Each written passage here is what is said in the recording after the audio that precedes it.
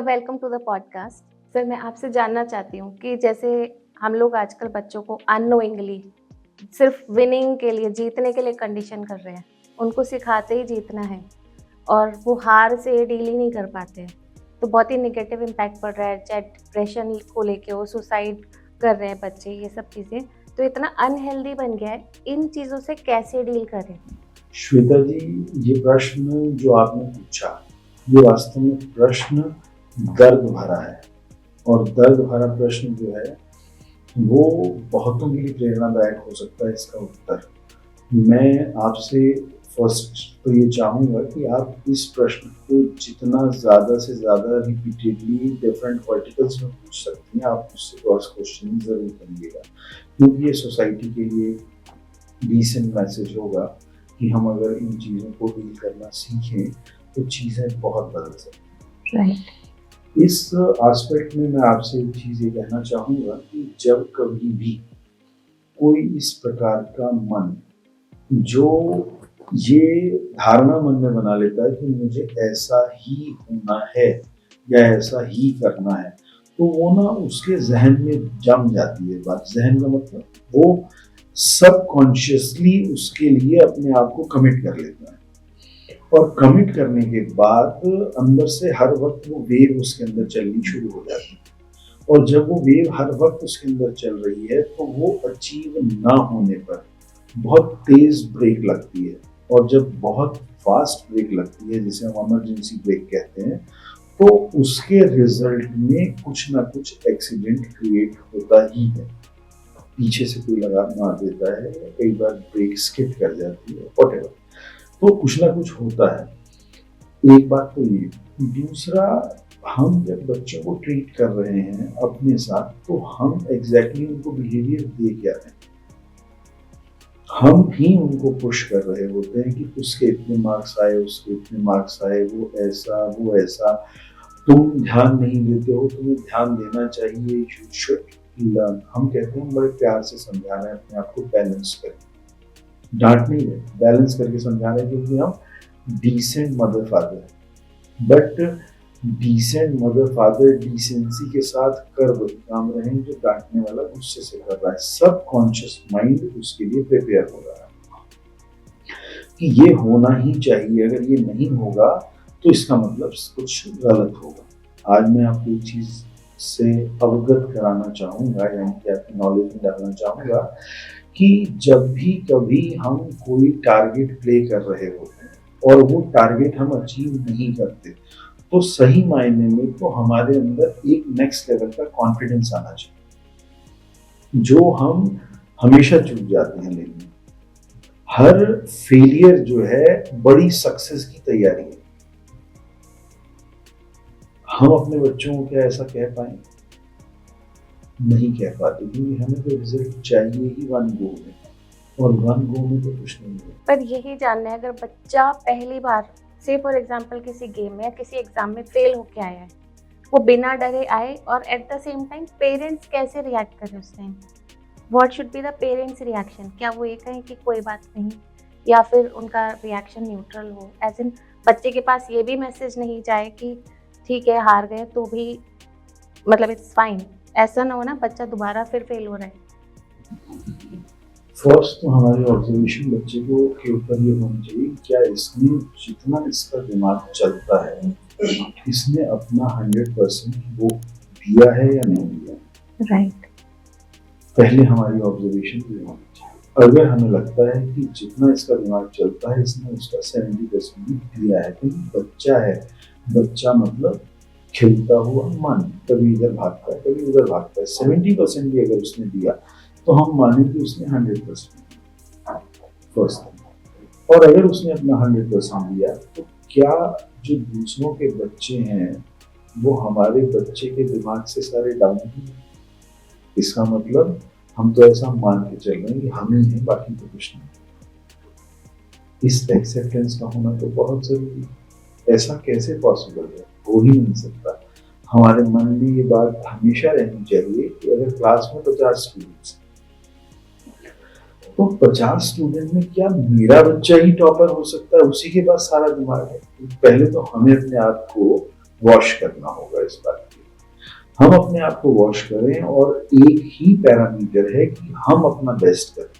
उसके बाद हम जिस भी पोजीशन में आ रहे हैं वो एक्सेप्ट होनी चाहिए बाय हार्ट। अगर डे वन से ट्रेनिंग 99% की ना देकर इस बात की दी जाए कि हम अपना बेस्ट करेंगे, तो इस प्रॉब्लम का सॉल्यूशन प्रॉब्लम आने से पहले हो चुका होगा। प्रॉब्लम आने के बाद जब सॉल्यूशन के ऊपर बात की जाती है तो थोड़ी सी दिक्कत होती है, प्रॉब्लम ही नहीं आएगी, क्योंकि मेंटली वो प्रिपेयर है कि मुझे अपना बेस्ट करना है। एक रेस है, उसके अंदर 10 लोग दौड़ रहे हैं। अब वो 10 लोग जब दौड़ते हैं तो हर व्यक्ति अपना पूरा स्ट्रेंथ इस्तेमाल करता है जितना उस वक्त उसके पास होता है। ऐसा तो है नहीं कि हारने के लिए दौड़ रहा है, दौड़ तो रहे, मगर आता तो एक ही फर्स्ट, बट ऑब्वियसली एक ही आएगा। तो इसका मतलब उसका स्टेमिना ज्यादा है, और स्टेमिना कभी भी हमारा किसी से हर एक से बेहतर हो ऐसा तो हो नहीं सकता। कभी कोई है कभी कोई। आज जिसका स्टेमिना बेस्ट है, हो सकता है नेक्स्ट टाइम उससे बेहतर हमारा स्टेमिना हो, बट हम कमिटेड हों इस बात के लिए कि हम होमवर्क बहुत अच्छा करेंगे। ये जो कॉम्पिटिटिव थॉट है ना, यही कमजोर है, ये नहीं होना चाहिए। अब जो ये प्रॉब्लम हमें फेस करनी पड़ रही है सोसाइटी के अंदर, जिसको मैंने भी कुछ ऐसी फैमिलीज में भी देखा जो बहुत वेल टू डू है, मगर सिर्फ 1% की वजह से उस बच्चे ने सुसाइड कर लिया।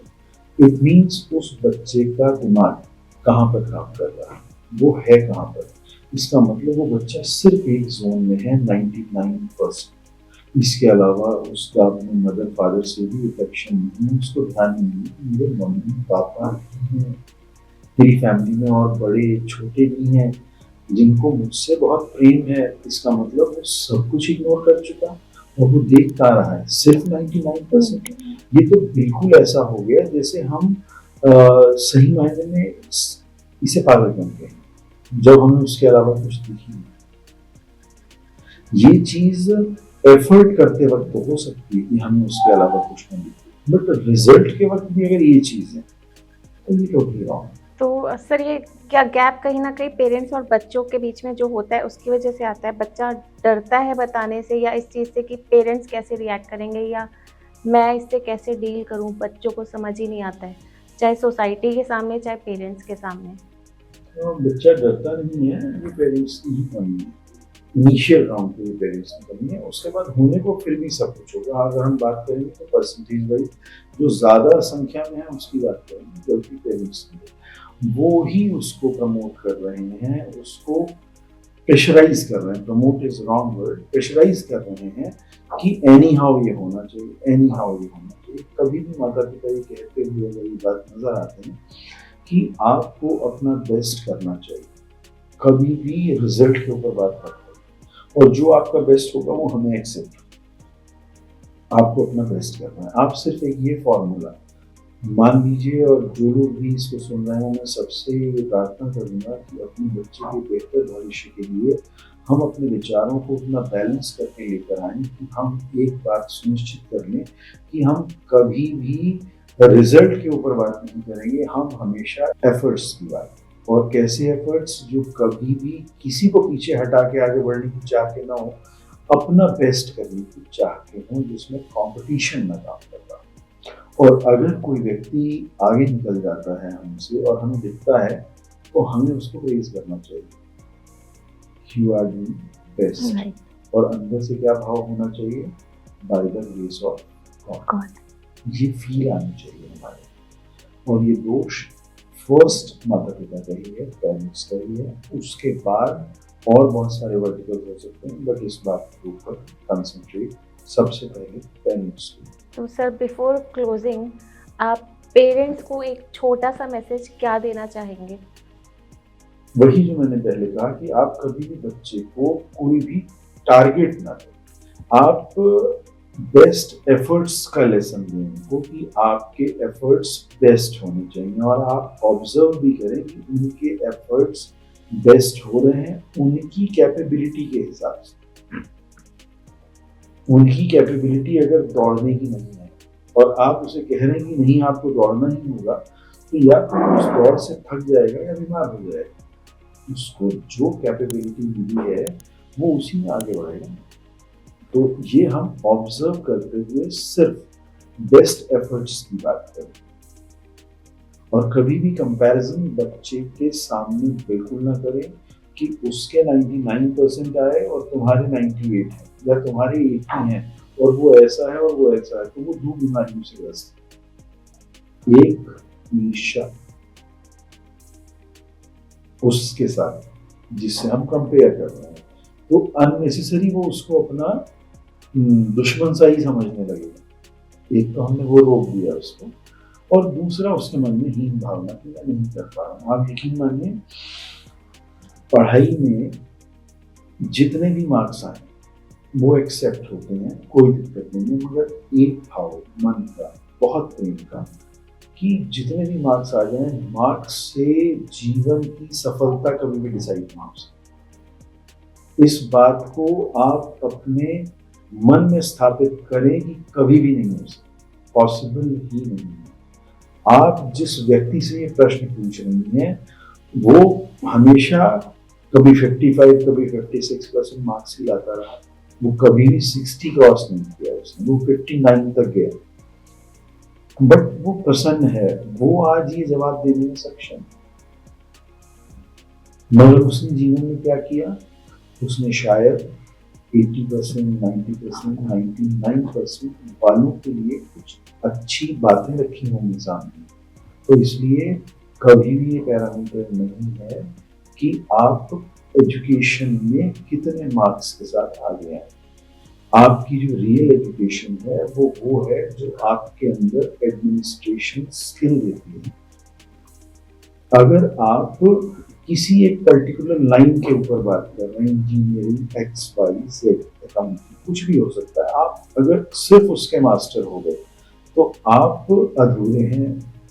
जीवन में अगर हमें मास्टर होना है तो सही मायने में लाइफ स्किल्स का मास्टर होना है, एडमिनिस्ट्रेशन की उस थॉट से भरा होना है जहाँ पे हम बहुत लोगों को साथ लेकर चल सकते। अगर इस भावना को हम सही तरीके से जिए तो हम तो बहुत बड़े बिजनेसमैन भी हो सकते। Definitely I agree. और उसके लिए अकाउंटिंग में परफेक्ट होना तो बहुत जरूरी नहीं है, उसके लिए तो इंजीनियरिंग में परफेक्ट होना भी बहुत जरूरी नहीं है। एक बहुत स्मार्ट व्यक्ति जो 100% मार्क्स के साथ अपनी स्टडी को पूरा करने के बाद आगे बढ़ता है जीवन में और बहुत अच्छी जॉब करता है, और जिसके पास वो जॉब कर रहा होता है वो गोल्फ खेल रहा होता है, वो कार की राइड ले रहा होता है बहुत मजे से, एंजॉयमेंट के साथ, मगर जब भी वो उससे मिलता है तो उसकी पीठ पर हाथ रखता है, उसको बहुत कुछ प्रेम से कहता है। इट मीन्स आप सब समझ रहे हैं मैं क्या कहना चाह रहा हूँ। स्किल, रियल स्किल इज एक एसोसिएशन के साथ आगे बढ़ना, ये बहुत जरूरी है। तो दिल का बड़ा होना, उसके अंदर एक्सेप्टेंस होना, ये रियल एजुकेशन है जो आज 100% मिसिंग है society. We are preparing ourselves for jobs only, for particular things only, not more than that. But जो विजनरी जिसकी बात मैं कर रहा हूँ उसकी तैयारी अगर हमारी होती है तो हम वो कर सकते हैं जो हम ऐसे बहुत सारे लोगों को बदलने का काम भी कर सकते हैं, ताकि वो उस जॉब के साथ चेंज भी हो जाए। जो लोग एवरी टाइम लैपटॉप और सिस्टम के ऊपर बैठ के काम करते हैं, उनकी जो सेंसिटिविटी है, उनके अंदर जो परफेक्शन का एक नेचर है वो खत्म हो जाता है। कुछ मूवीज उसका एग्जाम्पल भी दे रही है, हालांकि उसमें थोड़ा हाइपर करके दिखा देते हैं, बढ़ा देते हैं बहुत ज्यादा। Hyper is not right word, मतलब बढ़ा चढ़ा के दिखा दिया जाता है। जब हम 3 इडियट्स मूवी देख रहे हैं तो वो आमिर खान के साथ एक उसका फ्रेंड जो वो कहता है पेन उससे मांगता है, उसका नाम जो भी था वो, तो आप सब ने वो देखा है, समझा है कि वो बहुत पढ़ने लिखने वाला जिसको अंडर एस्टिमेट कर रहा था उसके पास दिमाग था, तो वो दिमाग से बिना किसी डिग्री के बहुत कुछ कर गया और वो उससे मिलने के लिए टाइम मांग रहा है, जो कि कॉलेज में टॉपर था। तो ये सब मिथक है हमारे मन के, हमें बदलना होगा। और कभी भी कोई योग्यता किसी कागज की मोहताज नहीं हो सकती, यानी कि कोई भी हमारी क्वालिटी किसी सर्टिफिकेट की मोहताज नहीं हो सकती। एक इंजीनियर, उसके अंडर में जो हेल्पर काम कर रहे हैं, वो इंजीनियर का दिमाग नहीं चलता पर्टिकुलर कभी किसी चीज को लेकर, उसका हेल्पर बहुत ज्यादा स्मार्ट हो जाता है उससे उस वर्किंग को करने के लिए, बट उसके पास वो सर्टिफिकेट नहीं है, बट वो उससे बहुत ज्यादा स्मार्ट है। उस पूरे ग्रुप में अगर कभी भी किसी को जरूरत होती तो हर आदमी उस हेल्पर को ही याद कर रहा हो। अभी हमारे जानने वाले कल ही हमें बता रहे थे कि उन्होंने बीए इंग्लिश में कुछ ऐसा ऑनर्स ऐसा किया है, और वो किसी मतलब ग्रुप में ऐसा काम कर रहे थे कि वो वहां पर लीड करने लगे। जब वो एंटर हुए तो एज अ जूनियर एंटर हुए, और फिर वो वहां से मतलब वापस हुए किसी भी हिसाब से, तो वो हायर पोस्ट से वापस हुए। जबकि इसमें एजुकेशन के हिसाब से आप बात करें तो उनके पास कोई सर्टिफिकेट तो था नहीं, तो एक्सपीरियंस ही नहीं है। मतलब हमें सर्टिफिकेट से सिर्फ एंट्री मिलती है, मगर उसके बाद की सारी व्यवस्थाएं हमारे स्किल से होती हैं, जो सर्टिफिकेट से नहीं आ सकती। बेसिकली हमें अपनी स्किल्स डेवलपमेंट पे ज़्यादा फोकस करना चाहिए, जो हमारी कोर कॉम्पिटेंसीज है, instead of degrees and certificates. And the first skill of life is first for everyone to digest others thought, able to listen others. This is the first. Listening is an art. Listening and to digest. To digest, right? मतलब हर वक्त हम approach करते हैं किसी को, हम ये सोचते हैं हम नहीं ऐसा नहीं। ये फर्स्ट स्किल है, और जिसने इस स्किल को अडॉप्ट किया उसके पास बहुत कुछ आने लगता है। ये सब बातें हैं तो सभी के लिए, बट स्टूडेंट्स के लिए और जो भी मतलब जॉब में या हम कहीं पर भी नहीं कर रहे हैं, उन सबके लिए बहुत important. So thank you sir for this insightful podcast, and we'll see you in the next episode.